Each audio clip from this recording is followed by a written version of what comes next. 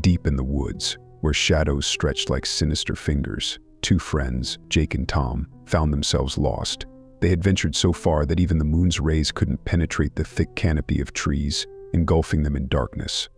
Setting up their tents and kindling a fire, they tried to create a haven of light in this ominous world. But their cozy camp was only a tempting trap in the forest's dark embrace. As they sat, listening to the sounds of the night, the rustling began to grow louder and closer.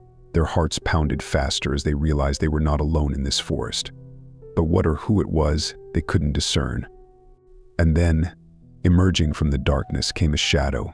It glided between the trees, its yellow eyes gleaming like threatening fireflies in the sea of black night. Jake and Tom shrank back, feeling the chilling cold of fear piercing their bones.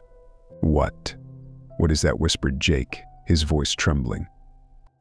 Tom silently pressed against his friend, eyes fixed on the darkness. They both sensed that this shadow carried something sinister and inexplicable. But the shadow paused, merely gazing at them. Their hearts flickered like candles in the wind.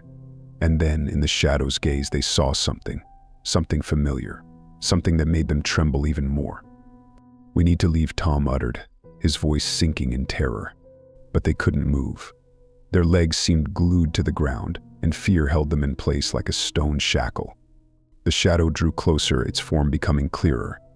And then, in the flickering light of the fire, they saw themselves, their faces, filled with horror, reflected in the shadow's yellow eyes, which suddenly dissolved into the air, leaving them in complete darkness. Jake and Tom remained sitting, unable to move, unable to speak. They realized that the real terror was not what lurked in the dark corners of the forest, but what lived within themselves.